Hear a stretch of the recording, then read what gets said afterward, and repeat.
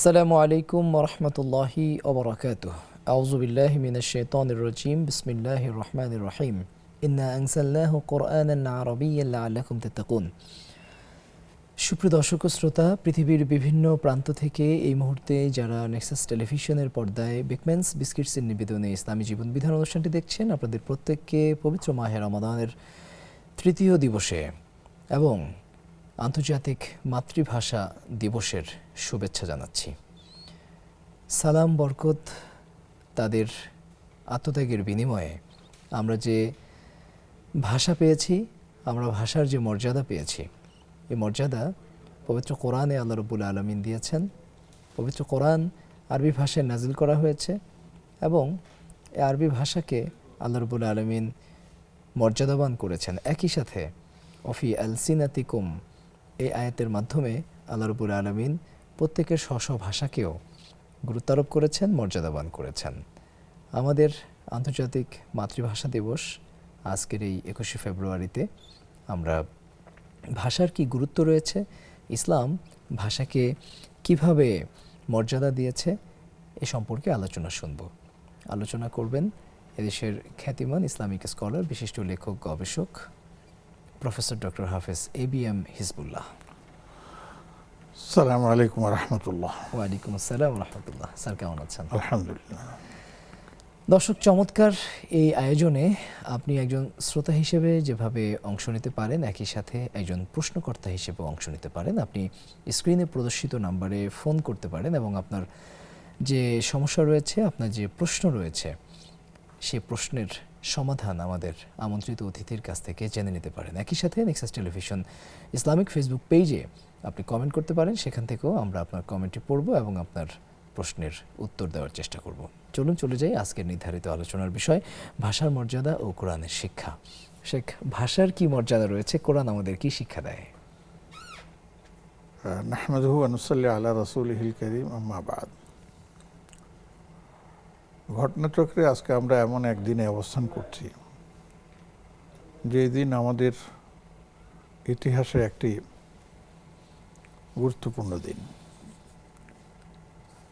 মাতৃভাষার আন্দোলনে আমাদের প্রিয় অনেক ভাই শহীদ হয়েছেন এবং সেই সূত্রে আমরা আমাদের বাংলা ভাষা আন্তর্জাতিকভাবে স্বীকৃতি পেয়েছি। যদিও এই বাংলা ভাষা শুধু আমাদের বাংলাদেশে সীমাবদ্ধ নয়, এই বাংলা ভাষার অংশীদার রয়েছে আমাদের পশ্চিমবঙ্গেরও অনেক ভাইয়েরা। কিন্তু সেই ভাষার আন্দোলনটা হয়েছে আমাদের দেশে, এটি হচ্ছে আমাদের জন্য একটি সম্মান। তো ভাষা এটা কিন্তু আল্লাহ রাব্বুল আলামিনের একটি দান। দেখুন কোরআনে কারীমের সূরা রুমের মধ্যে আল্লাহ রাব্বুল আলামিন ইরশাদ করেছেন, ওমিন আয়াতিহি ইখতিলাফু আলসিনাতিকুম ওয়া আলওয়ানিকুম ইন্না ফি যালিকা লাআয়াতিল লিল আলিমিন। আল্লাহ পাকের যে আল্লাহ যে একত্ববাদ বলছেন, যে তার অন্যতম একটা নিদর্শনও হচ্ছে তোমাদের ভাষায়, তোমাদের গায়ের বর্ণে, ইখতিলাফু আলসিনাতিকুম ভাষার ভিন্নতা, ও আলওয়ানিকুম তোমাদের বর্ণায়, সবাইকে আমি একরকম তৈরি করিনি। দেখুন, এটার তাফসীর যদি আমরা করতে চাই তাহলে আমরা আরেকটি আয়াতকে এখানে যোগ করতে পারি, সেটা সূরা ইব্রাহিমের মধ্যে আছে। সেখানে আল্লাহ পাক ভাষাকে মর্যাদা দিয়ে বলেছেন, ওয়ামা আরসালনা মির রাসূলিন ইল্লা বিলিসানি কওমে, কেন লিয়ুবাইয়িনা লাহুম, আমি যেখানে যে রাসূল পাঠিয়েছি, যে এলাকাতেই আমি রাসূল পাঠিয়েছি, সেই এলাকার মানুষ যে ভাষায় কথা বলতো, আমি তাদেরকে, তাদের রাসূলকে সে ভাষাতেই পাঠিয়েছি। মাশাআল্লাহ, চমৎকার। শেখ, একটু আমরা একজন দর্শককে আমাদের সাথে যুক্ত করে নেই। আসসালামু আলাইকুম ওয়া রাহমাতুল্লাহ। জি, ওয়ালাইকুম আসসালাম ওয়া রাহমাতুল্লাহ। জি, আমি নীলা বলছিলাম পাবনা থেকে। জি বোন, বলুন। দুটো প্রশ্ন করব। জি, প্রথম প্রশ্ন হচ্ছে হুজুর, এই যে মানে নামাজের সেজদা থেকে ওঠার সময় মাটিতে ভর দিয়ে কি ওঠা যাবে, নাকি নিজের হাঁটুর উপরে ভর দিয়ে উঠতে হবে? আমি নর্মালি মাটিতে ভর দিয়ে ওঠা হয়ে যায়, আসলে নিয়ম কোনটা আমাদের জন্য এটা বলবেন। আর আমাকে একজন বললেন ফরজ নামাজের পরে যেসব আমল করি সেগুলো তো করার চেষ্টা করি ইনশাল্লাহ, কিন্তু উনি বললেন আর একটা আমল আছে 19 বার বিসমিল্লাহির রহমানির রহিম বলতে হয় ফরজ নামাজের পরে অন্যান্য আমলের পাশাপাশি। এটা কতটা মানে সহি, এটা এই বিষয়ে একটু বলবেন। জি, চমৎকার প্রশ্ন করেছেন। নিশ্চয়ই আমরা শায়েখের কাছ থেকে উত্তর শুনবো, আমাদের সঙ্গেই থাকুন। শায়েখ, আপনি বলছিলেন যে ভাষার কথা। তো এবার দেখুন, মুসা আলাইহিস সালাম বনি ইসরায়েলে আপনি প্রেরিত হয়েছেন মিশরের ওখানে। তাদের ভাষা ছিল হিব্রু, এবং মুসা আলাইহিস সালাম সেই হিব্রুতেই কথাবার্তা বলতেন। এমনকি এই যে তাওরাত বলা হয় হিব্রু ভাষাতেই নাজিল হয়েছে। আচ্ছা। অপরদিকে আসেন ঈসা আলাইহিস সালাম। ঈসা আলাইহিস সালামের ভাষাটা ছিল ইব্রানি, হিব্রু আর ইব্রানি কাছাকাছি প্রায়, হ্যাঁ। তো তিনিও সে ভাষায় কথা বলতেন। আমাদের প্রিয় নবী রাসূলুল্লাহ সাল্লাল্লাহু আলাইহি ওয়াসাল্লাম তিনি প্রেরিত হয়েছেন আরব দেশে, যাদের ভাষা ছিল আরব। এই জন্য আমাদের নবীজি আরবি ভাষী ছিলেন, এবং সেই সূত্রে কোরআনে কারীমকেও আরবি ভাষায় নাজিল করা হয়েছে। ওয়া ইন্নাহু লাতানজিলু রাব্বিল আলামিন নাযালা বিহির রূহুল আমিন আলা কলবিকা লিতাকুনা মিনাল মুনজিরিন বিলিসানিন আরাবিয়্যিন মুবিন। মজার ব্যাপার হচ্ছে যে কথার কথা যে আরব দেশে যদি হিব্রু ভাষার মানুষকে পাঠানো হতো, তো আরবরাও কিছুই বুঝতো না, আর রাসূলও কিছু বলতে পারতেন না, একটা সমস্যার মধ্যে পড়ে যেতেন। কিন্তু এই ভাষাটার কিছু মৌলিক ভাষা আছে, আবার কিছু উপভাষাও আছে। মৌলিক ভাষা আমি একবার একটা আর্টিকেলে দেখেছি প্রায় 3000-এর উপরে আছে, আর উপভাষা এটা অনেক 5000-এর উপরে আমি দেখেছি। যেমন নাকি একটা কথার কথা বলি, আমাদের দেশেও কিন্তু দেখুন মৌলিক ভাষা কিন্তু একটা বাংলা, কিন্তু এর পাশাপাশি এর উপভাষা আমরা আরও দেখতেছি। যেমন চিটাগাংয়ের যে ভাষাটা আছে, আপনি কি বাংলা ভাষার সাথে মিলাতে পারবেন সেটাকে? সিলেটেরও একই অবস্থা, তারপরে আপনার নোয়াখালীরও একই অবস্থা, তারপরে ময়মনসিংহ, নেত্রকোনা, সবারই একটা আপনার টোন আছে, ধারা আছে, লোকাল টোন আছে, কিন্তু মৌলিকভাবে সবাই কিন্তু বাংলায় কথা বলে। সবার বর্ণ কিন্তু সব কিছু বাংলায়, কিন্তু উচ্চারণের মধ্যে আবার সেটা কি ভিন্নতা আছে। এখানে হচ্ছে আল্লাহ রাব্বুল আলামিনের যে কুদরতির ফয়সালা আমি যেটা বললাম, যে দেখুন আরবিয়ান আরবে কথা বলে, তারপরে আপনার এই আফ্রিকা লোকেরা আপনার অন্য ভাষায় কথা বলে, ইংরেজরা ইংরেজি কথা বলে, ইংরেজির মধ্যেও অনেকগুলো ভিন্নতা আছে। ল্যাটিন ভাষার একরকম, তার ব্রিটিশ ভাষা আরেক রকম, সবগুলোতে ভিন্ন ভিন্ন আছে। তো এই যে সবগুলি আসতেছে, মানুষ এগুলো উচ্চারণ করে কোথায়? আমি আর আপনি, আমাদের মতোই তো সারা বিশ্বের মানুষ, কোনো ব্যাসকম তো নেই। আমাদের সবার মধ্যেই কি যেন বলে একটা মাত্র জিহ্বা আছে, সেই এক জিহ্বা দিয়েই আমরা কেউ আরবি বলছি, কেউ ইংরেজি বলছি, কেউ ফার্সি বলছি, কেউ উর্দু বলছি, কেউ হিন্দি বলছি, সব জিহ্বা কিন্তু একটাই। মজার ব্যাপার হলো দেখুন, আমরা এই ভাষার মধ্যে যখন আসি, ভাষা একটার মধ্যে কিন্তু আমাদের সীমাবদ্ধতা নেই। এই জন্য এক একজন মানুষ অনেক সময় দেখা যায় যে একাধিক ভাষায় তিনি পারদর্শী ছিলেন। ডক্টর হামিদুল্লাহ খান কথা আমরা জানি, ভারতীয় একজন বড় স্কলার ছিলেন, পরে তিনি ফ্রান্সে আপনি চলে গেছেন, প্রায় 32টা না 33টা আপনার ভাষা জানতেন। আমাদের দেশের স্বনামধন্য একজন কি জানবল সম্পদ ডক্টর মোহাম্মদ শহীদুল্লাহ, তিনি প্রায় 18টা ভাষা জানতেন। সে যাই হোক, এই সব ভাষার মধ্যে আমাদের জন্য কোন ভাষাটা এখন বেশি গুরুত্বপূর্ণ, সেটা হচ্ছে আমার মাতৃভাষা, সেটা হচ্ছে আমার বাংলা। আমরা এটাকে ভিন্নভাবে দেখি। যদি আমি বলি যে শরীয়তের দৃষ্টিকোণ থেকে কোন ভাষাকে আমরা প্রাধান্য দেব, তাহলে অনেকে বলেন যে আরবিতে দেওয়া হতে, কেননা কোরআন আরবিতে, আমাদের নবী আরবিতে, আমাদের হাদিস আরবিতে, আমাদের ভিন্ন ভিন্ন আছে। এই জন্য আমাকে শুধু বুঝতে হলে আরবি ছাড়া উপায় নেই। তো আমি বলবো যে এটা দ্বিতীয় পর্যায়ের, আমি এটাকে প্রথম পর্যায়ের এই জন্য বলি না, যে আমি যে ভাষায় জন্মগ্রহণ করেছি বাংলা, এটাই হচ্ছে আমার প্রথম ভাষা। এই ভাষাতেই আমি আমার কোরআনকে বুঝবো, আমি আমার হাদিসকে, রাসূলের হাদিসকে বুঝবো। তবে হ্যাঁ, তেলাওয়াত করার ক্ষেত্রে কোরআনকে আরবিতেই তেলাওয়াত করতে হবে। সেখানে আপনি ওইটাকে বাংলা বানায় দিবেন, তাহলে আর কোরআনই থাকবে না, সেটা ভিন্নতার মধ্যে চলে যাবে। তো যাই হোক, এই যে আল্লাহ পাক কোরআনে কারীমের কথা বলছেন যে ইখতিলাফু আলসিনাতিকুম আলওয়ানিকুম, তোমাদের মানে গায়ের রং, দেখুন গায়ের রং সারা দুনিয়াতে এক না। আমাদের দেশে আমরা সৌন্দর্য তালাশ করি কিভাবে? চেহারার কাটিং দেখে, চেহারার সৌন্দর্য দেখে, চেহারার মধ্যে কি বর্ণ আছে সেটা দেখে। আবার কৃষ্ণাঙ্গ যারা আছে তাদের মধ্যে ঠিক উল্টা, শ্বেতাঙ্গ যারা আছে তার মধ্যে সে উল্টা। আমরা হচ্ছে আপনার একটা বর্ণের মধ্যে আমরা রয়েছে মিক্স বলা হয় আমাদেরকে, হ্যাঁ। তো যাই হোক, কিন্তু ওই ঘুরে ফিরে কথা একটা, জিহ্বা আমাদের একটাই, কে কালো আর কে সাদা, কে ধলা আর কে জানি বলে আপনার মিক্সড, সবারই জিহ্বা কিন্তু একটাই। সেই এক জিহ্বা দিয়ে সে কথা বলে, এবং কেউ এক নিজের মাতৃভাষায় কথা বলে, কেউ মাতৃভাষার পাশাপাশি অন্যান্য ভাষাতেও কথা বলে।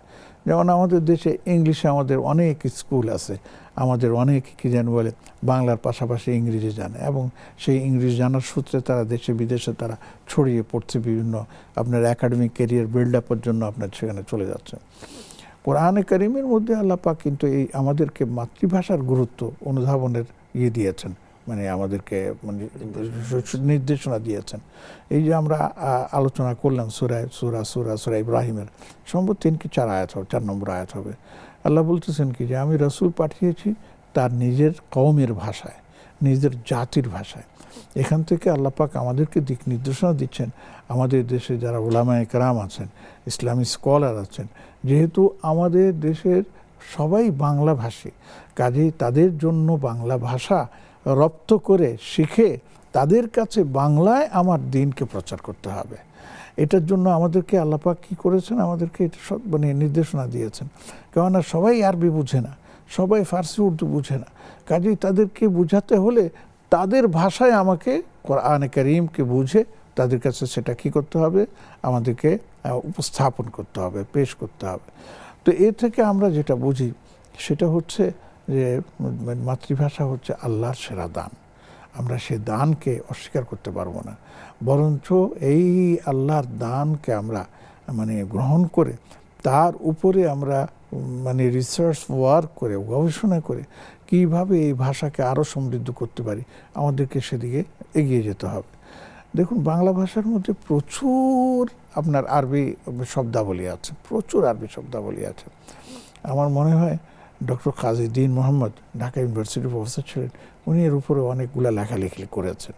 আমাদের ভাষার মধ্যে অনেকগুলো আপনার কি আছে, বিদেশি ভাষা আছে, তার মধ্যে আরবিও আছে প্রচুর। আমি এই একবার একটা আর্টিকেল আমি রেডি করেছিলাম, সেই আর্টিকেলের মধ্যে কোরআনিক ভাষা মানে কোরআনের কতগুলো শব্দ আরবিতে রয়েছে, বাংলায় রয়েছে, আমি সেটা মানে করার চেষ্টা করেছি। সুবহানাল্লাহ। এই যদি বলি যে আমরা যে বলি এত মেয়াদে আপনি এই কাজটা করবেন, এই যে মেয়াদ শব্দটা, এই শব্দটা কিন্তু আরবি, এখানে আছে মিয়াদ শব্দ থেকে আরবি আছে। এই যে উকিল সাহেব আমরা বলি কোর্টে আছে, এটা কি কোরআনে কারীমে ওকিল শব্দটা আপনার ব্যবহৃত হচ্ছে। এইভাবে প্রচুর আছে। আমরা বলছি ইনসাফের কথা, আমরা বলি ইনসাফ শব্দটা আসছে কোত্থেকে, কোরআন কারীম থেকে আসছে। তো এইভাবে প্রচুর আরবি শব্দ কিন্তু আমরা বাংলায় পেয়ে থাকি। আফটার অল আমাদের বাংলার মূল যে ভাষাটা, আমাকে সেটাই রক্ষা করতে হবে। অনেকে আবার চেষ্টা করেন যে বাংলাকে বাংলার মধ্যে রাখতে, এই জন্য ওই আরবিগুলোকেও আপনার আর্য ভাষার সাথে মার্জ করে সেই আরবিকে আর্য ভাষার মধ্যে নিয়ে যেতে চেষ্টা করেন, সেটা অনেক সময় কাজে লাগে না। জি একজন দর্শক যুক্ত হয়েছেন। আসসালামু আলাইকুম ওয়া রাহমাতুল্লাহ। ওয়া আলাইকুম আসসালাম ওয়া রাহমাতুল্লাহ। কে বলছেন, কোথা থেকে বলছেন? আমি কুড়িগ্রাম অলিপুর থেকে বলছি। জি বলুন। আমার নাম আব্দুর রউফ। আমি বলছি যে আমরা তারাবির নামাজ 20 রাকাত আদায় করার পর তারপর বিতের নামাজ আদায় করি। বেতের নামাজ আমি বললাম যে আমি তাহাজ্জুদ যেহেতু পড়ি, তাহাজ্জুদ পড়িয়ে কি যাবে শেষ রাতে? উনি বলল যে যেহেতু এটা জামাতে আদায় করতে হয়, রমজান মাসের জন্য রমজানের জামাতেই বেতের নামাজ পড়াটা উত্তম। এটা কি কতটুকু সঠিক হবে একটু জানালে খুশি হতাম। জি, চমৎকার প্রশ্ন করেছেন, খুবই প্রাসঙ্গিক প্রশ্ন। অনেকের মনেই এই প্রশ্ন রয়েছে, আমরা আপনার মাধ্যমে শাইখের কাছ থেকে জানবো। আরেকজন দর্শক যুক্ত আছেন, তাকেও সংযুক্ত করছি। আসসালামু আলাইকুম।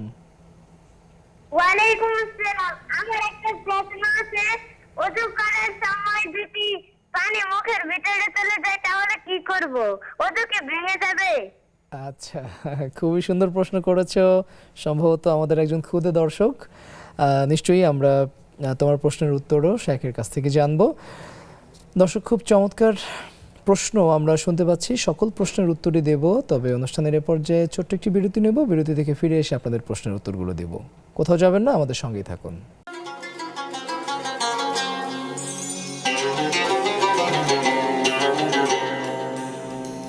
আপনারা দেখছেন বেকম্যানস বিস্কিটস নিবেদিত ইসলামী জীবন বিধান। আপনাদের সঙ্গে আছে আমি মাহমুদুল হাসান হাশিমি, এবং আপনাদের প্রশ্নের উত্তর দেওয়ার জন্য আছেন শেখ ডক্টর হাফেজ ABM হিজবুল্লাহ। কথা বলছি ভাষা নিয়ে, যেহেতু আজ আন্তর্জাতিক মাতৃভাষা দিবস, এবং একই সাথে আপনাদের প্রশ্নের উত্তর দিচ্ছি। অনেকগুলো প্রশ্ন ইতোমধ্যে এসেছে। একজন বোন জানতে চেয়েছেন, সেজদা থেকে যখন আমরা উঠে দাঁড়াবো তখন তিনি কি হাঁটুতে ভর দিয়ে উঠবেন নাকি মাটিতে ভর দিয়ে উঠবেন, কিভাবে উঠতে হয়? আসলে এটার একটা নিয়ম আছে।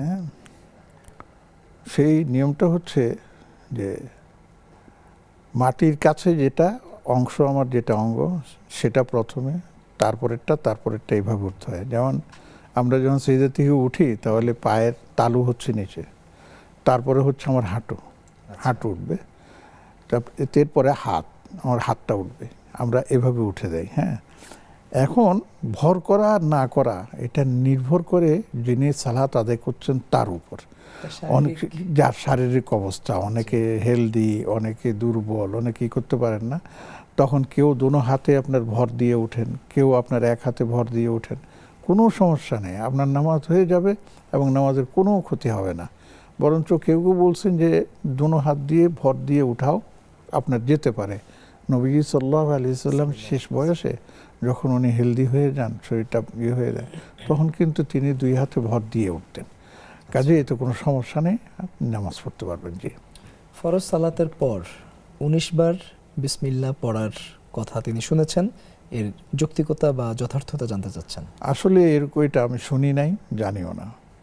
অনেক ধরনের ইবাদত আছে ফরজ নামাজের পরে, যেগুলো আপনার এই হাদিস দ্বারা প্রমাণিত, এটাও অনেক অনেক।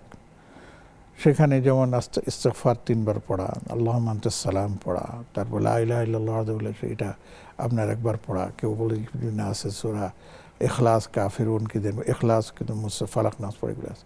কিন্তু বিসমিল্লাহ 19 বার পড়তে হবে, আজকে আমি বোধহয় শুনেছি, আমি এর আগে শুনেছি কিনা আমি তাও জানি না। কাজে যেহেতু এটা আমি যেহেতু জানি না, কাজে এটা শরীয়ত সম্মত কোনো দেব না। কেউ যদি নিজের থেকে আমল করে, এটা আমল করাই যেতে পারে, কোনো অসুবিধা নেই, কিন্তু এটা হাদিস দ্বারা প্রমাণিত বা এটা বলা যাবে না। এটা ব্যক্তিগত কোনো আমল থাকলে সেটা ভিন্ন কথা। একজন দর্শক যুক্ত হয়েছেন। আসসালামু আলাইকুম ওয়া রাহমাতুল্লাহ। ওয়ালাইকুম সালাম। জি বোন, প্রশ্ন করুন। হ্যালো, শুনতে পাচ্ছি। শোনা যাচ্ছে? আমার একটা প্রশ্ন হচ্ছে যে আমি তো তারাবির নামাজ পড়ি, তো সূরা নাবের থেকে ধরেন ওগুলি আমার মুখস্থ আছে, কিন্তু আমি পড়ার সময়ও যখন আমি নিয়ত করি, ধরেন সূরা নাবাটা একবার পড়ে নেই, তারপরে এটা 2 ভাগ করে 2 রাকাতে পড়ি এরকম। কিন্তু ধরেন যদি না হঠাৎ ভুল টুল কিছু হয়, এই জন্য কি ওইটা সামনে কোরআন শরীফ কোনো একটা সামনে রেখে পড়া যায়? কারণ আমি নিচে বসতে পারি না, আমি চেয়ারে বসে পড়ি, হাঁটুতে সমস্যা অনেক। তো ওটা কি দেখে দেখে পড়া যাবে? দেখে পড়বো না, যদি মনে করি যে কোথাও ভুল হয়েছে সেখানে কি একটু দেখতে পারবো? জি, চমৎকার প্রশ্ন করেছেন। নিশ্চয়ই আমরা প্রশ্নের উত্তর জানবো। একজন জানতে চেয়েছিলেন, তিনি 20 রাকাত তারাবির নামাজ পড়েন মসজিদে, যেহেতু 20 রাকাত তারাবির পরেই 3 রাকাত বেতের জামাতের সাথে আদায় করা হয়। তিনি জানতে চাচ্ছেন যে তিনি তাহাজ্জুদের সালাতের শেষে ভোর রাতে তিনি তখন তারাবি পড়তে পারবেন কিনা এই রমজান মাসে। চমৎকার একটা প্রশ্ন।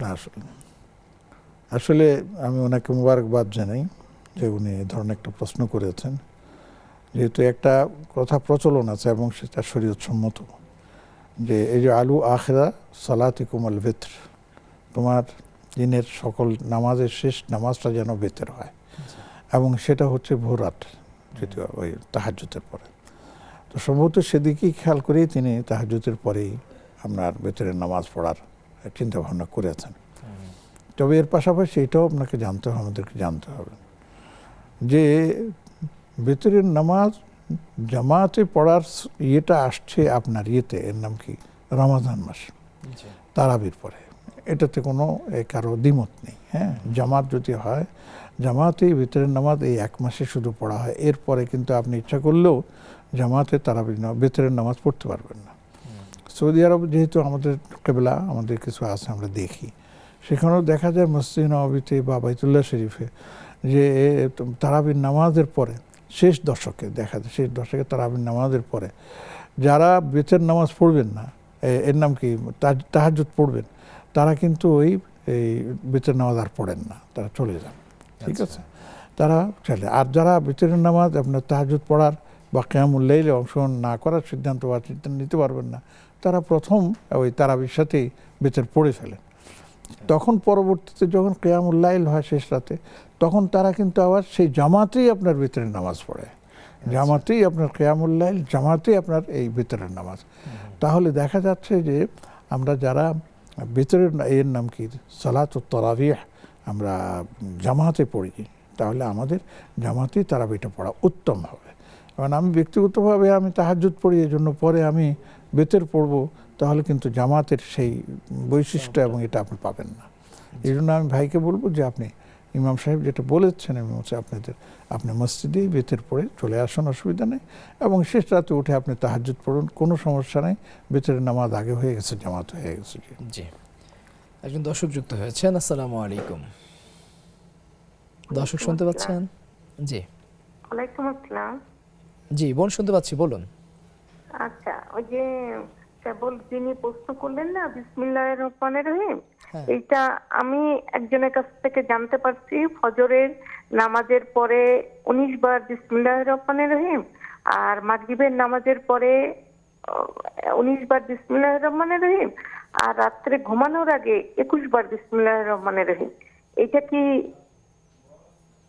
মানে ঠিক আছে পড়াটা? আচ্ছা, জি, চমৎকার প্রশ্ন করেছেন, নিশ্চয়ই উত্তর শুনবো। শেখ একজন জানতে চেয়েছিলেন, একজন আমাদের ক্ষুদে দর্শক, যে অজুর সময় এই মাহে রমাদানে যদি মুখে পানি চলে যাওয়ার কোনো আশঙ্কা থাকে বা পানি যদি চলে যায়, সেক্ষেত্রে আসলে রোজা থাকবে কিনা। তো আমি আমার ছোট্ট বাবুকে বলবো, আল্লাহ তোমাকে আরো বড় করুক ইনশাআল্লাহ, তুমি আরো ভালো করো ইনশাআল্লাহ। তো উজু করার সময় খেয়াল করতে হবে যে আমার পানি যেন গলার ভিতরে নেমে না যায়, এটাকে আমার খেয়াল করতে হবে। হ্যাঁ, আর যদি আল্লাহ না করুক নিজের মানে অজান্তে বা চলেই গেল, তাহলে ভয়ের কিছু নেই, ইনশাআল্লাহ রোজা হবে না, রোজা হয়ে যাবে। অনেকে বলছে ভেঙে যাবে, আমি তোমার জন্য বলবো বাবু, যেহেতু তুমি খুব মানে সুন্দরভাবে বলেছো, এই জন্য ইনশাআল্লাহ এটা কিন্তু মুরব্বীরা খেয়াল রাখবেন যে যেন পানি না যায়, মানে চলে গেলে মানে কন্ট্রোনালের নিচে চলে গেলে আপনার তখন আর রোজা থাকে না। একজন বোন জানতে চেয়েছেন, পবিত্র কোরআন এর কোনো কপি নামাজের সময় সামনে খুলে রাখা যাবে কিনা, প্রয়োজনের সময় সেটি দেখা যাবে কিনা। আসলে কোরআনে কারীমের মধ্যে আল্লাহ পাক যেটা আমাদেরকে বলেছেন, ফাকরাউ মা তায়াসসারা মিনাল কোরআন, নামাজের মধ্যে তোমরা কোরআন পাঠ করো, কোরআন তেলাওয়াত করো, যেখান থেকে তুমি পারো সেটা। শেখ, আমরা প্রশ্নের উত্তরের বাকি অংশ শুনবো, তবে তার আগে একটি বিরতি নিয়ে নিচ্ছি। প্রিয় দর্শক, আপনারা দেখছেন বেকম্যানস বিস্কিটস নিবেদিত ইসলামী জীবন বিধান অনুষ্ঠানের পর্যায়ে নিচ্ছি ছোট্ট একটি বিরতি, আমাদের সঙ্গে থাকুন।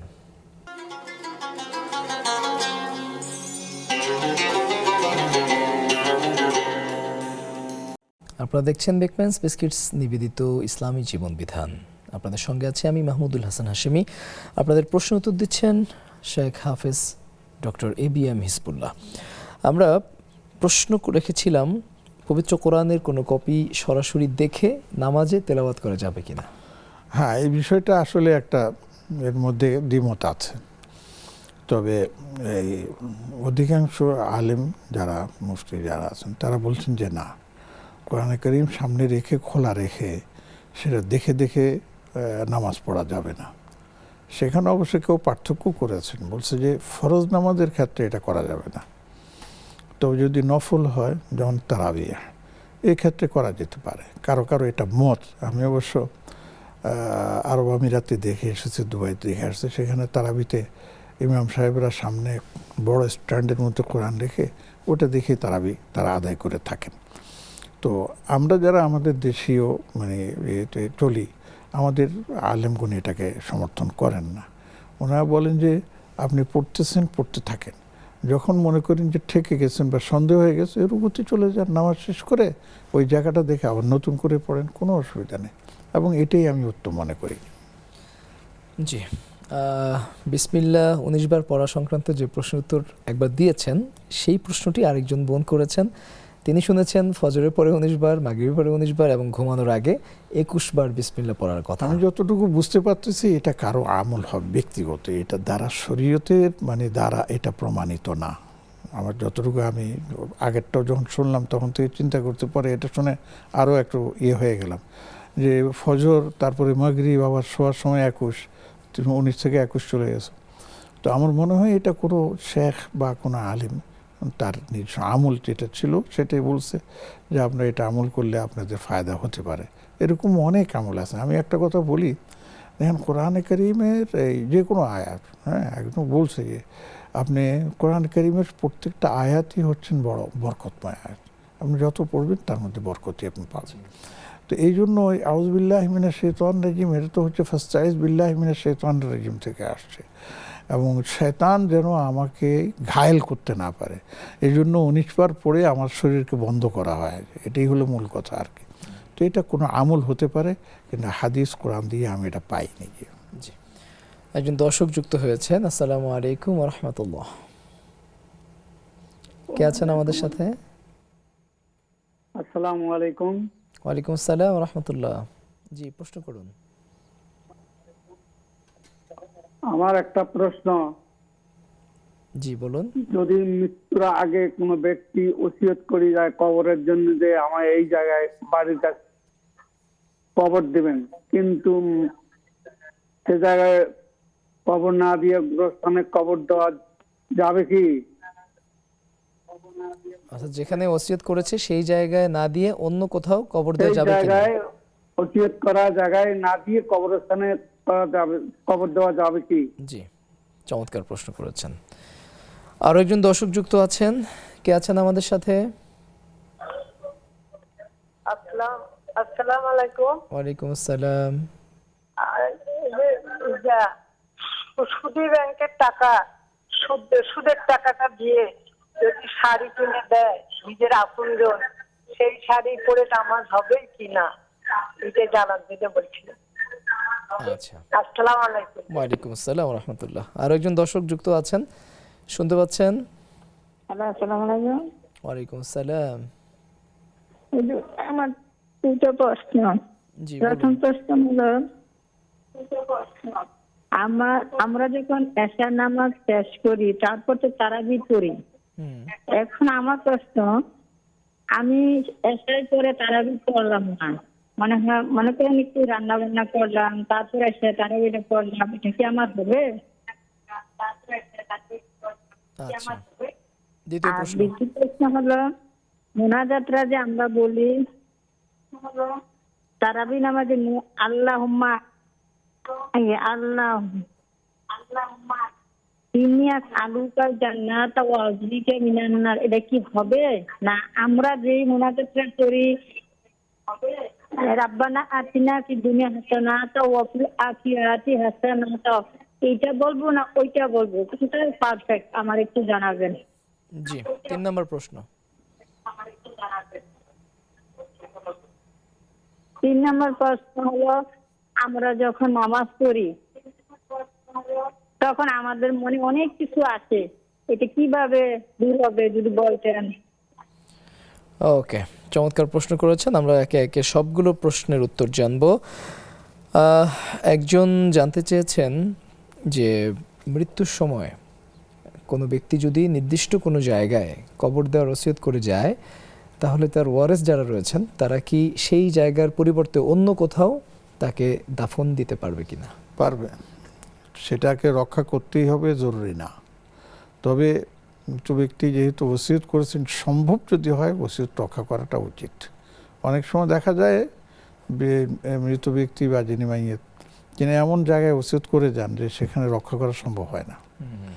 সেই জন্যই সেটা অন্য জায়গায় যদি দেওয়া হয় তাতে অসুবিধা হবে না ইনশাআল্লাহ। একজন বোন জানতে চেয়েছেন, সুদের টাকা দিয়ে কেউ যদি তাকে শাড়ি কিনে দেয়, সেই শাড়ি পরে নামাজ পড়া যাবে কিনা? যদি তিনি এটা কনফার্ম জানেন যে এটা সুদের টাকায় কেনা, তাহলে এটা পরিহার করাই উচিত, তিনি আরেকজনকে দিয়ে দেবেন ভাই। এখন প্রশ্ন হচ্ছে যে আমি যেটা মানে পছন্দ করি না সেটা আরেকজনকে দিব কিভাবে, একটা মানে এতে থাকে আর কি। তো এই জন্য বলতে আমি বেঁচে যাই, আরেকজনকে গরিব মানুষ দিয়ে তাকে দিয়ে দিয়ে তুমি এটা ব্যবহার করো, ওটা কিছু বলার দরকার নেই।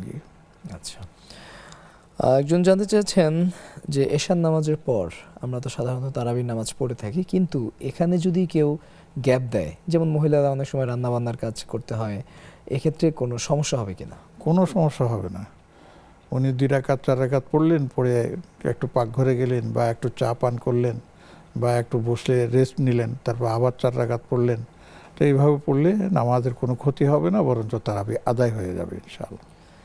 তারাবির নামাজে আমরা সাধারণত যে দোয়াগুলো পড়ে থাকি মসজিদে, সেই দোয়াই পড়তে হবে নাকি অন্য কোনো দোয়া পড়লেও তারাবির নামাজের দোয়া হয়ে যাবে? যে কোনো দোয়া পড়তে পারেন, যে কোনো দোয়া। আল্লাহুম্মা ইন্নী আসআলুকাল জান্নাতা ওয়া আউযু বিকা মিনান নার, রব্বানা আতিনা ফিদ দুনিয়া হাসানা। নামাজ শেষে শুধু এই 2টা না, যতগুলো আপনার ইচ্ছা আপনি পড়তে থাকেন, মন মিশিয়ে আপনি আল্লাহর কাছে চাইতে থাকেন, কোনো সমস্যা হবে না। জি, সালাতের মধ্যে অনেক সময় শয়তান আমাদের কুমন্ত্রণা দেয়, সেখান থেকে সেফ থাকার উপায় কি? সেফ থাকার উপায় হচ্ছে, আমি তো সালাতে আছি, আমি তো সূরা পড়তেছি, আমি তো তাসবিহ পড়তেছি, আমি তো জিকির করতেছি। যখনই শয়তানি এগুলি আসে, তখন আমি মনোযোগটাকে আমার নামাজের মধ্যে আরও বেশি নিবিষ্ট করে নেব। আপনি সেখানে শয়তান ওয়াসওয়াসা দিতেছে, আপনি আউযুবিল্লাহ বলে দিলেন, তার নামাজই তো থাকবে না, নামাজ নষ্ট হয়ে যাবে।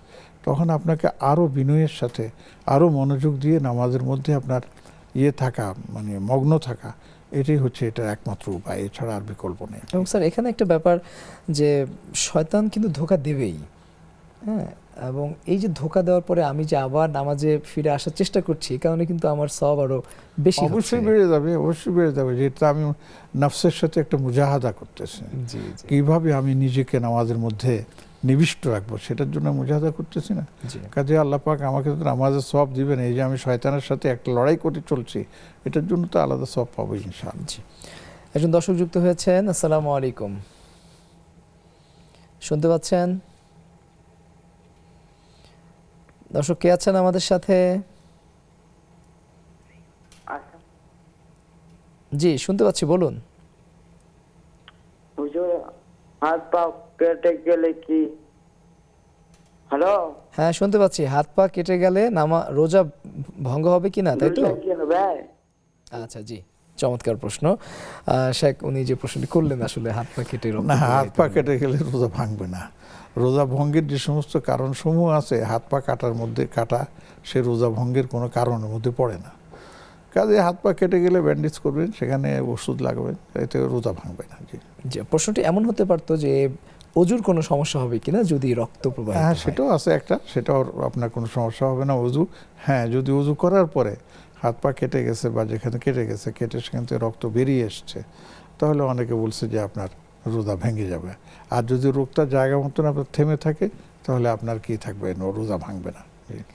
অজু ভাঙবে না, রোজা তো অজু ভাঙবে না, রোজা তো ভিন্ন। জি জি, শেখ, আমরা ভাষার মর্যাদা নিয়ে আলোচনা করছি, যে ভাষার ব্যাপারে পবিত্র কোরআনে আপনি বলছেন যে এটি আল্লাহর পক্ষ থেকে একটি নিয়ামত, যে বিভিন্ন মানুষকে বিভিন্ন ভাষা দেওয়া হয়েছে এবং সব নবীকেই তার স্বগোত্রের ভাষা দিয়ে আসলে পাঠানো হয়েছে। এটি হচ্ছে আল্লাহ পাক যে একজন মানে সুনিয়ন্ত্রক এবং সুকর্তৃত্ব তার হাতে আছে, এটা হচ্ছে তার একটা প্রমাণ। যারা দায়ী, দিনের দাওয়াতি কাজ করবেন, তাদের ক্ষেত্রে নিজ মাতৃভাষা ভালোভাবে আত্মস্থ করা এটি কতটুকু জরুরি? আমি তো একটু আগেও বলেছি এটা, যে জরুরি মানে কি, অত্যন্ত জরুরি। কিন্তু দুর্ভাগ্য হলো যে আমাদের দায়ীদের মধ্যেও আবার এমন কিছু মানুষ পাওয়া যায় যে আঞ্চলিকতার টান বা আপনার ভিন্ন ভাষায় কথা বলতে গিয়ে মানে গুলিয়ে ফেলে। এই জন্য দেখুন, নবীজি সাল্লাল্লাহু আলাইহি সাল্লাম ছিলেন আফসাহুল লুগাতিল আরব, তিনি ছিলেন যে আরবি ভাষার মধ্যে সবচেয়ে ভাষায় যিনি কথা বলতেন, তিনি ছিলেন আমাদের নবীজি সাল্লাল্লাহু আলাইহি ওয়াসাল্লাম, আফসাহুল আরব বলতেন। হ্যাঁ, সুবহানাল্লাহ। তো একজন দর্শক যুক্ত হয়েছেন, ফোন কলটি নিয়ে নিচ্ছি। কে আছেন আমাদের সাথে? আসসালামু আলাইকুম। ওয়ালাইকুম আসসালাম। আমি এই যে বিসমিল্লাহির রহমানির রহিমের যে কথাটা বললাম না, জি। এটা বিসমিল্লাহির রহমানির রহিম একবার পড়লে 17টা না 18টা শব্দ, কিন্তু আমরা বলে 75 বার এর স্বভাব পায়। হ্যাঁ, এইটা কি সঠিক কিনা? আর আমি একটা জায়গায় একটা হাসপাতালে এইটা দেখেছি যে 21 বার রাত্রে পড়ে শুলে অনেক সেই বান্দার গুনাহ মাফ হয়, এরকম একটা লেখা পড়তে পারছিলাম। আর আরেকটা জিনিস, রাত্রে ঘুমানোর সময় যদি কোনো বান্দা যে কোনো আমল করতে করতে ঘুমায় যায়, সারা রাত বলে সেই আমলের সওয়াব পায়, এটা কি সঠিক? জি, চমৎকার প্রশ্ন করেছেন। আরো একজন দর্শক যুক্ত হয়েছেন। আসসালামু আলাইকুম, শুনতে পাচ্ছেন? হ্যালো, আসসালামু আলাইকুম। ওয়ালাইকুম আসসালাম। জি, আমি নামাজ সম্পর্কে একটা প্রশ্ন করতে চাইতেছি। অবশ্যই করুন। জি, আমার প্রশ্ন হলো, যেমন সূরা আর রহমান, সূরা ইয়াসিন, সূরা মুলক, এরকম যে বড় বড় সূরা আছে, এই সূরার কমপক্ষে কত আয়াত দিয়া, কত নিম্নে কত আয়াত দিয়ে নামাজ পড়া যায়, এটা একটু আমাকে বলবেন। আচ্ছা, জি, নিশ্চয়ই আমরা বলবো। আপনার প্রশ্ন দিয়েই আমরা শাইখের কাছ থেকে জানার চেষ্টা করছি, ন্যূনতম কতটি আয়াত পড়লে সালাত হবে? আসলে সালাতের জন্য যেটা ফাকি বা ফাকা শাস্ত্রে বলা হয়েছে সেটা হচ্ছে কম করে হলে 3টা আয়াত। যেমন দেখুন, সূরা পুরা কোরআনে কারীমের মধ্যে সবচেয়ে ছোট ক্ষুদ্র সূরাটার নাম হচ্ছে কাউসার, আর সেখানে 3টা আয়াতে আছে, ইন্না আতাইনাকাল কাউসার ফাসাল্লি লিরাব্বিকা ওয়ানহার ইন্না শানিয়াকা হুয়াল আবতার, বাস শেষ। এখন প্রশ্নকর্তা যিনি জিজ্ঞেস করেছেন, যেমন সূরা আর রহমান, সূরা আর রহমান, যেমন আর রহমান এটা একটা আয়াত, আল্লামাল কোরআন এটা একটা আয়াত, আর রহমান আল্লামাল কোরআন খালাকাল ইনসান এটা একটা আয়াত, আল্লামাহুল বায়ান এটা আরেকটা আয়াত। বুঝতে আসছে? যেহেতু এখানে সূরাগুলো ছোট ছোট, তাহলে আপনি এখানে 3টা না নিয়ে 5টা নেন, 5টা করে সামনে বাড়েন। আবার ফাবিআইয়া আলা রাব্বিকুমা তুকাযিবান যখন আসে, পরে ফাবিআইয়া আলা রাব্বিকুমা তুকাযিবান বলে আপনি রুকুতে চলে যান, কোনো অসুবিধা নেই। প্রত্যেক ফাবিআইয়া আলা রাব্বিকুমা তুকাযিবানের মধ্যে আপনি রুকুতে যেতে পারবেন। শুধু শেষে একটা আয়াত আছে মুদহাম্মাতান, শুধু একটা শব্দ, এবং তারপরে আছে ফাবিআইয়া আলা রাব্বিকুমা তুকাযিবান। যদি সেখানে ছোট ছোট আয়াত মনে হয় তাহলে সেখানে 2-3টা আয়াত একসাথে বাড়িয়ে দেন, কোনো অসুবিধা নেই।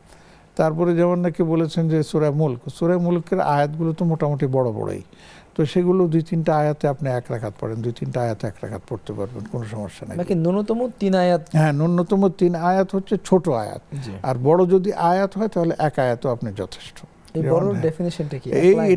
এটা নিয়ে একটা বিতর্ক আছে। যেমন তাবারাকাল্লাযী বিয়াদিহিল মুলকু ওয়া হুয়া আলা কুল্লি শাইইন কাদির, 1 আয়াত হয়ে গেছে, ওই 3 আয়াতের প্রায় সমপরিমাণ।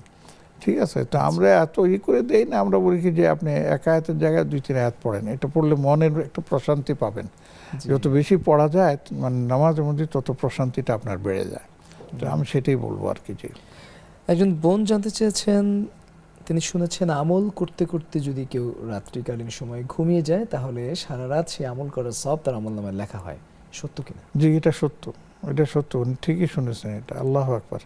এই জন্য তো আমরা বলি যে আপনি শোয়ার সময় যে ঘুমের যে দোয়াগুলো আছে সেগুলো পড়েন, পড়তে পড়তে তারপরে আপনি সুবহানাল্লাহ সুবহানাল্লাহ পড়তে থাকেন, আল্লাহু আকবার আল্লাহু আকবার পড়তে থাকেন।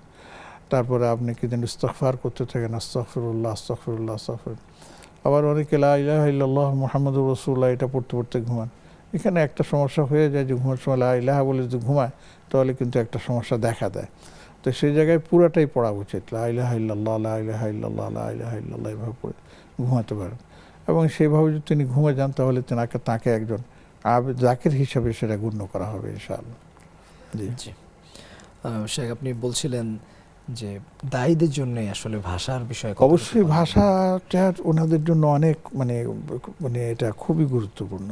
একজন দায়ী তিনি দাওয়াত দিবেন আর লোকাল ভাষায় বা এমন ভাষায় বলবেন যে ভাষাগুলো মানুষের কাছে শুনলে হাসির খোরাক আপনার সৃষ্টি হবে, এটা উচিত না।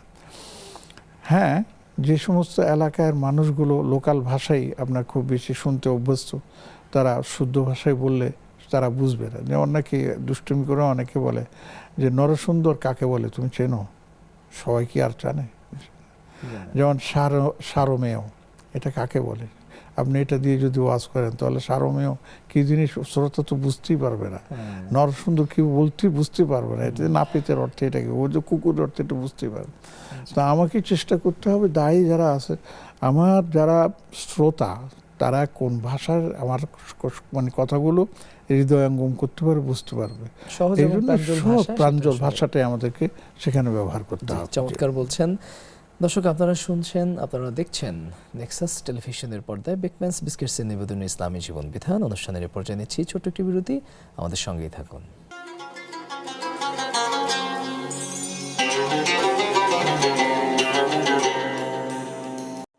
বিরতির পর ফিরে এলাম আপনাদের প্রিয় অনুষ্ঠান বেকম্যানস বিস্কিটস নিবেদিত ইসলামী জীবন বিধানে। আপনাদের প্রশ্নের উত্তর দিচ্ছি আমরা। এখানে নেক্সাস টেলিভিশন ইসলামিক ফেসবুক পেজে প্রশ্ন দেখতে পাচ্ছি। সায়েদা মিম, তিনি জানতে চেয়েছেন রোজা রেখে উজু করার সময় নাকি পানি দেবার নিয়ম কি?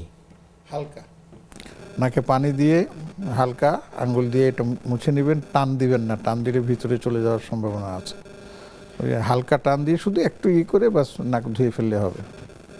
আরেকটি প্রশ্ন এসছে, নামাজে রুকু থেকে সিজদা করার আগে কি বসতে হবে এবং সিজদা শেষ করে আবার বসে তারপর কি দাঁড়াতে হবে? নামাজে করে রুকু থেকে সিজদা করার আগে কি বসতে হবে কিনা? আচ্ছা আচ্ছা, বুঝতে পেরেছি। আসলে এটা কেউ কেউ করে, আর কেউ, বিশেষ করে যারা মুরব্বী শ্রেণীর বসতে কষ্ট হয়, তারা সেজদা যাওয়ার সময় একটু রেস্টের মতন করে তারপরে সেজদা যায়, তারপর 2 সেজদার মাঝখানে বসে, আবার যখন দাঁড়াতে হয় তখন হালকা একটু বসে আরাম মানে একটু হালকা একটু রেস্টের মতো করে তারপর দাঁড়ায়। তো কোনো আমাদের সমস্যা হবে না, করা যাবে, কিন্তু এটা সবার জন্য এটা প্রযোজ্য বলে মনে করি না। যে একজন দর্শক যুক্ত হয়েছেন, আসসালামু আলাইকুম। ওয়ালাইকুম সালাম। হুজুর, আমার দুটো প্রশ্ন। বলুন। আমি আমার শাশুড়ির সাথে একটু ঝগড়া লাগছিলাম, আমার শাশুড়ি আমার অভিশাপ দিছে, এবার থেকে আমার শরীর অস্থির লাগে, কিছু ভালো লাগে না, কি সঠিক কতটুকু হুজুর? আপনার শাশুড়ি আপনাকে বদদোয়া দিয়েছে? বদদোয়া দিছে, এই কারণে আপনার এখন শরীর অসুস্থ লাগছে? অসুস্থ, অস্থির ভালো লাগে না। আচ্ছা জি, দ্বিতীয় প্রশ্ন। হ্যাঁ, দ্বিতীয় প্রশ্ন, মানুষে বলে যে হিন্দুরা কি বলি জাহান্নামে যাবে, কি কতটুকু সঠিক কি আমি জানতে চাই। আচ্ছা জি, অনেক ধন্যবাদ। বউ শাশুড়ির ঝগড়া বদদোয়ার কারণে তার কাছে মনে হচ্ছে যে এটা আপনার একটা, আমি বলবো যিনি বলছেন এটা ওনার একটা মানসিক অবস্থা। শাশুড়ি তো মুরব্বী মানুষ, অনেক কথাই বলতে পারে, এবং তিনি যদি অন্যায়ভাবে বলে থাকেন তাহলে এর জন্য তিনি আল্লাহর কাছে জবাব দেবেন। আর যদি ন্যায়ভাবে বলে থাকেন তাহলে এটা মেয়ে হিসাবে আমরা মেনে নেওয়া উচিত। মুরব্বী মানুষ বলেছেন, ঠিক আছে, আপনি এটা মনে কষ্ট নেবেন না। মনে কষ্ট নিলে শরীর খারাপ লাগবে, মানসিকতাও খারাপ লাগবে, ইত্যাদি অনেক কিছু হয়ে যায় সাংসারিক ব্যাপারে যেটা ঘটে আর কি। তো এই জন্য আমরা বলি যে মুরব্বীকেও সবর করতে হবে, যে মেয়েরা তো ভুল করতেই পারে, আর মেয়েদেরকেও সবর করতে হবে যে মুরব্বীরা অনেক সময় কিছু বকাঝকা করলে হয়তো বেশিও হয়ে যেতে পারে। যদি আমরা মেনে নেই তাহলে আর কোনো সমস্যা থাকবে না ইনশাআল্লাহ। জি ইনশাআল্লাহ। আরেকজন দর্শক যুক্ত হয়েছেন, কে আছেন আমাদের সাথে? আসসালামু আলাইকুম হুজুর। ওয়ালাইকুম আসসালাম। হুজুর, আমার 3টা প্রশ্ন। বলুন, দ্রুত বলুন, সংক্ষেপে বলুন। জি, সুবহানাল্লাহি ওয়া বিহামদিহি, এটা নাকি অনেক গুনাহ মাফ করে, সমুদ্রের ফেনার মতো, এটা কি সত্য হুজুর? জি। দ্বিতীয় প্রশ্ন। দ্বিতীয় প্রশ্ন হচ্ছে, আমার পাশের বাড়িতে একটা নামাজ পড়ে না হুজুর, তা আমি বলি যে শুধু ফরজটা পড়ো, পরে সুন্নাতটা চলে আসবে, কি কথাটা বললে কি আমার গুনাহ হবে হুজুর? 3 নম্বর প্রশ্ন। 3 নম্বর প্রশ্ন হচ্ছে হুজুর, 20 রাকাত কি নামাজ পড়তে হবে হুজুর তারাবির? অনেক ধন্যবাদ। আমরা একে একে শায়খের কাছে জানছি। সুবহানাল্লাহি ওয়া বিহামদিহি পড়লে সেখানে সমুদ্রের ফেনা পরিমাণ গুনাহ মাফ করে দেওয়া হবে। জি, এটা সত্য, এটা হাদিস দ্বারা প্রমাণিত। নবীজি সাল্লাল্লাহু আলাইহি ওয়াসাল্লাম বলেছেন, কাজে যত পারেন তত পড়ুন, কোনো অসুবিধা নেই। অনেকে নামাজ পড়ে না, তাদেরকে মোটিভেশন দেওয়ার ক্ষেত্রে আমরা অনেক সময় বলে থাকি যে অন্তত ফরজ নামাজটুকু পড়ো। এভাবে বললে কি আমাদের কোনো সমস্যা হবে কিনা?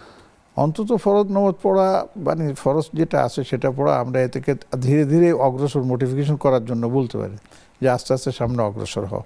একবারে তারাবি 20 রাকাত পড়তে হবে, তো বলবে যে আমি পড়বই না, তো শেষ, আচ্ছা ঠিক এশার আছে নামাজও পড়বো না। পড়ে দিতে হবে। তো এই ধরুন মোটিফিকেশনের মধ্যে কিছু ছাড় দিয়ে ফরজ যেন পুরোটা বাদ না যায় সেদিকে খেয়ালে ছাড় দেওয়া যেতে পারে। তারাবির নামাজ 20 রাকাতই পড়তে হবে নাকি কম বেশি করার সুযোগ আছে? যদি সুযোগ থাকে তাহলে 20 রাকাতই পড়া উত্তম। আর যদি মনে করেন শরীরে অলসতা লাগতেছে, ক্লান্তি লাগতেছে, বা কাজে ব্যস্ত হয়ে পড়ছেন বা ইচ্ছে করতেছে না, তখন আপনি এই 8 রাকাতও পড়তে পারবেন, 12 রাকাতও পড়তে পারবেন, 4 রাকাতও পড়তে পারেন। তবে আমি এটা বলে দিই যে এই ধরনের যদি একটু সুযোগ দেন তাহলে শয়তান যদিও বন্দি আছে কিন্তু মনটা কিন্তু সাথে আছে, সেই বলবো যে যাক পাইছি একটা সুযোগ, কাজে যত কমায় দেওয়া যায় সেটা যেন না করি। চেষ্টা করব শরীর যদি ভক্ত লাগে তবুও না আমি পড়বো, কেননা নামাজ হচ্ছে আল্লাহর সাথে সরাসরি একটা সম্পর্ক। এটা পাবেন কোথায় আপনি? প্রয়োজনে বিশ্রাম নিয়ে একটু, হ্যাঁ একটু যেমনটা একবার রেস্ট বলেছেন, নিয়ে আপনি হ্যাঁ। করুক, ওই যে একটু চা পানি খাক, একটু কারোর সাথে একটু কথা বলে আবার শুরু করুক, কোনো অসুবিধা নেই। জি, আমরা কথা বলছি ভাষা নিয়ে। ভাষার ক্ষেত্রে অনেক সময় দেখা যায় আমাদের যে আঞ্চলিকতার কথা আপনি আসলে বলছিলেন বারবারই, যে আঞ্চলিক যে টোন, বিশেষ করে দায়ী যারা হবেন তাদের এই আঞ্চলিকতা পরিহার করে প্রাঞ্জল এবং সহজ ভাষায় যেই মানুষের কাছে, যে অঞ্চলের মানুষের কাছে তিনি ভাষা পৌঁছাতে চান, দাওয়াত পৌঁছাতে চান, সেই অঞ্চলের মানুষের ভাষায় তিনি যাতে দাওয়াতটা দিতে পারেন, সেই যোগ্যতাটুকু একজন দায়ীর অর্জন করতে হবে। অবশ্যই অর্জন করতে হবে, আমি সেটাই বলেছি। ইন্টারন্যাশনাল প্রেক্ষাপটে ইংরেজি ভাষা আমি সেটা বলি, কথা বলতে আসছে যে আমি আমাদের দায়ীদের জন্য এবং বিশেষ করে শিক্ষার্থী যারা আছে তাদের জন্য আমি বলি যে মোটামুটি 3টা ভাষা আমাদের জানতে হবে, 3টি ভাষা। এক নম্বর হচ্ছে আমার মাতৃভাষা দক্ষতা অর্জন করতে হবে। 2 নম্বর হচ্ছে কোরআন এবং হাদিসের ভাষা আরবিতে জানতে হবে। 3 নম্বর হচ্ছে ইন্টারন্যাশনালি, আন্তর্জাতিকভাবে যেহেতু ইংরেজি স্বীকৃত, কাজে ইংরেজি আমাকে জানতে হবে। এই 3টা ভাষা যদি আমরা জানি তাহলে পৃথিবীর কোথাও ইনশাআল্লাহ আমরা ঠেকবো না। তবে অনেক দেশ আছে যেখানে আরবিও জানে না, ইংরেজিও জানে না, মাতৃভাষাও জানে না, এরকম অনেক দেশও আছে যে সেখানে আবার আপনার ভিন্নভাবে আপনার দাওয়াতি কাজ প্রোগ্রাম করতে হয়। তো দেখা গেছে যে ইংরেজি ভাষা মোটামুটি ভাষাভাষী না হলেও মোটামুটি ওয়ার্ল্ড ওয়াইড আপনার অনেকে জানে। আর এতএব আমরা আমাদের শিক্ষার্থীদেরকে আমরা পরামর্শ দিই, মাদ্রাসা যারা পড়ে তাদেরকেও দেয়, আর স্কুলে যারা, কলেজে যারা আছে তাদেরকেও আমরা পরামর্শ দিই যে ইংরেজিতে তুমি দক্ষতা অর্জন করো এবং কোরআনে কারীমের উপর দক্ষতা অর্জন করো আর মাতৃভাষায় দক্ষতা অর্জন করো, ইনশাআল্লাহ তুমি একজন ইন্টারন্যাশনাল দায়ীতে পরিণত হতে পারবে। ঠিক আছে। এখন তো পৃথিবীর অন্যান্য যে দেশগুলো রয়েছে, বিশেষ করে প্রমিনেন্ট যে দেশগুলো, সেগুলোর ভাষাও কিন্তু আমাদের দেশে শেখানো হয়, জার্মান অথবা অনেক আছে, জি অনেকগুলো আছে, জি সেগুলো আছে। আসলে দেখা গেছে একটা জিনিস আমি আমার অভিজ্ঞতা থেকে বলি যে আমরা কিতাবপত্র বইপত্র পড়ে কিন্তু আসলে ভাষা শেখা যায় না। হ্যাঁ, আমি ভাষা শিখবো, কিতাব বইপত্র পড়বো, কিন্তু এটাকে আমাদের কি বলি স্কিল ডেভেলপমেন্ট যেটা আছে সেটা করতে হবে। কারোর সাথে কথা বলতে হবে, কারোর সাথে মিশতে হবে, কথা বলতে বলতে সেটা আপনার ফ্লুয়েন্সি আপনার আসবে, না হলে কিন্তু আসবে না। আমি যখন আমাদের দেশে অনেকে আছে আরবিতে পারদর্শী, আরবি আপনি এবারত নিয়ে দেন কথা বলতেন, তিনি আপনাকে বুঝিয়ে দেবেন, কিন্তু আরবিতে কথা বলতে দেন তখন আর পারবে না। এরকম প্রচুর পাওয়া যায়। ইংরেজিতে সেই একই অবস্থা, যে ইংরেজিতে পড়তেছে সে বুঝতেছে, কিন্তু কথা বলতেছেন তখন আর পারে না। এই জন্য এগুলোর জন্য আপনার কি লাগে, এই যে মানে চর্চা লাগে। 2-1 ছাত্র বা কি জানি বলে সাথী বা আপনার বাসায় নিজেরা আলোচনার মাধ্যমে যদি এগুলি করা হয় তাহলে ভাষার দক্ষতাটা আপনার কি হবে, স্কিল ডেভেলপমেন্ট হয়ে যাবে ইনশাআল্লাহ। জি জি। তো এই যে ভাষার চর্চার কথা যেটা বললেন, আমাদের দেশের যে সকল জনশক্তি পৃথিবীর বিভিন্ন দেশে, তারা শ্রমিক ভিসায় যায় অথবা অন্যান্য যে কোনো কাজে যাক, সেখানে কিন্তু আমরা দেখি আসলে যে ভাষাগত দুর্বলতার কারণে কিন্তু আমরা আসলে বাইরে গিয়ে খুব বেশি ভালো করতে পারছি না। আসলে হচ্ছে কি, ওই যে মানে কিতাবি ভাষা যদি আপনি শিখে যেতে চান সেখানেও ভালো করতে পারবেন না। একটা হচ্ছে কথ্য ভাষা, যেটা আমাদের সবসময় কাজে লাগে। হ্যাঁ, যেমন দেখেন ইংল্যান্ডের আপনার কি জানি বলে ইংরেজির ভাষা একরকম, আবার ল্যাটিনের ভাষা আরেক রকম, আবার আমেরিকার ভাষা সেখানে আরেক রকম। এক জায়গাতে একটা টোনের মধ্যে আপনার আছে, ভিন্নতা আছে, এবং শব্দের অর্থের মধ্যে আপনার ভিন্নতা আছে। আপনি যতই করেন, IELTS এর মধ্যে শেখানো হচ্ছে না, এই যায় আপনার বিভিন্ন ইয়েতে শেখানো হচ্ছে না, এগুলো আমরা দেখতেছি এগুলো সবাই। আরবিতে হবে না, সেখানে কথ্য ভাষা আপনাকে শিখতে হবে। আর কথ্য ভাষাটা হচ্ছে আপনার কোনো ব্যাকরণ মানে না, ব্যাকরণ ছাড়া কত ভাষা হয়। যেমন এই যে বললেন আরব ওয়ার্ল্ডের মধ্যে আমাদের দেশিরা যাচ্ছে, বিদেশিরা আসছে, বহুত প্রাচীর বুঝে আসছে, সবাই একজন আরেকজনের সাথে কথা বলতেছে ইন্টারন্যাশনাল ভাষায়। এই হাত তুলে ফি মাফি লেশ হ্যান হাত দিয়ে সব কিছু বুঝাই দিতে আছে ইন্টারন্যাশনাল। আমি এটার নাম দিচ্ছি ইন্টারন্যাশনাল ভাষা। এটাতেই আপনার চলে আর। তবে হ্যাঁ, আপনি যদি একাডেমিশিয়ান হন, একাডেমিক সাইডে আপনি যান, তাহলে কিন্তু একাডেমিক পারপাস সার্ভ করার জন্য আপনাকে এই ভাষাগুলো যেমন একাডেমিকলি আপনাকে শিখতে হবে, তেমনিভাবে চর্চার মাধ্যমে আপনাকে শিখতে হবে। না হলে আপনি এটাকে আপনি কী করতে পারবেন না, সামনে এটাকে আরও মানে এগিয়ে নিতে পারবেন না। এই যে আমরা আমাদের দেশের ছেলেমেয়েরা যে আপনার বিদেশে গিয়ে যে আপনার এই যে এমফিল পিএইচডি মাস্টার্স ইত্যাদি করে, সেখানে গিয়ে অলরেডি তাদেরকে সেই ভাষায় আগে দক্ষতা অর্জন করতে হয়। হ্যাঁ, কোথাও 1 বছরের আপনার ইয়ে দিতে হয়, আপনার পড়াশোনা করতে হয়, তো 2 বছরের পড়াশোনা করতে হয়, করার পরে সেখানে আবার পরীক্ষা দিতে হয়। আপনি সেই পরীক্ষা দিয়ে যদি টিকেন তাহলে আপনি সামনে যাবেন, আর যদি না টিকেন বলবেন যে go back to your home, নিজের ঘরে চলে যাও, তোমার দ্বারা হবে না। বুঝতে পারছেন? শেখ, একটা জিনিস আমরা দেখলাম, বিশেষ করে আজকেই আমাদের সামনে এমন একটি ভিডিও নজরে পড়েছে, অনেকে ইনসাফ, ইনকিলাব এই শব্দগুলোর বিপক্ষে বলছেন যে আসলে এই শব্দগুলো ভিনদেশি ভাষা থেকে এসছে, সুতরাং মাতৃভাষা দিবসের এই সময়ে এই শব্দগুলোর ব্যবহার যাতে কমানো হয়। কিন্তু আমাদের দেশে কিন্তু আমাদের ভাষায় কিন্তু ইংরেজি থেকে, পর্তুগিজ থেকে, বিভিন্ন ভাষা থেকে কিন্তু আমাদের ভাষায় শব্দ এসছে, এগুলো নিয়ে তারা আসলে বলছেন না। এটি কি ভাষা নিয়ে কোনো নোংরা রাজনীতি কিনা? আসলে নোংরা রাজনীতি বলবো না, এটা হচ্ছে একটা মানসিক নিজেদের দৈন্যতা। আপনি ইনকিলাবের পরিবর্তে কোন শব্দটা আনবেন বলেন তো? বিপ্লব, ইনসাফ, এর পথে আপনি কি আনবেন বলেন তো? এগুলি এমন একটা শব্দ যে শব্দগুলির মধ্যে এত বেশি শক্তি ধারণ করা আছে যে ওই একটা শব্দ উচ্চারণ করলে আপনার অনেক কিছু আপনি এর মধ্যে চলে আসবে। এটার পরিবর্তে আপনি কি করবেন? লর্ড কি জানি বলে একটা কলেজ আপনার প্রতিষ্ঠিত হয়েছিল সম্ভবত কলকাতায়, শুধু আরবি শব্দকে ত্যায্য করার জন্যই, কিন্তু পারে নাই। কবি নজরুল ইসলাম সেই সূত্র ধরে তিনি আরবি ফার্সির উপরে এত বেশি আপনি কাজ করেছেন যে তার কোনো গান আপনি পাবেন না যেটার মধ্যে আরবি শব্দ নাই এবং ফার্সি শব্দ নাই, সেটা পাবেন না। এমনিভাবে আমি জানি যে এর উপরে আমাদের বাংলা ভাষায় আরবি ফার্সির উপরে আপনার অনেক পিএইচডিও হয়েছে, এমফিলও হয়েছে, ঠিক আছে? কাজে যারা এই সমস্ত কথাগুলো বলতেছে, আমি বলবো এটা হচ্ছে তাদের মানসিক দৈন্যতা, এই থেকে বেরিয়ে আসা উচিত। আমরা যত বেশি ইন্টারন্যাশনাল যদি যাবো, আন্তর্জাতিকতাকে আমরা ধারণ করব, ততই আমাদের লাভ। জি শেখ, আপনাকে অনেক ধন্যবাদ, খুব চমৎকার বলেছেন। জাযাকাল্লাহ। দর্শক, আপনারা দেখছিলেন বেকম্যানস বিস্কিটস নিবেদিত ইসলামী জীবন বিধান। পবিত্র মাহে রমাদানের প্রতিদিন বিকেল 3:30 চমৎকার এই প্রশ্নোত্তরমূলক অনুষ্ঠানটি দেখবার এবং প্রশ্ন করার আমন্ত্রণ জানিয়ে আজকের মতো বিদায় নিচ্ছি। আল্লাহ হাফেজ।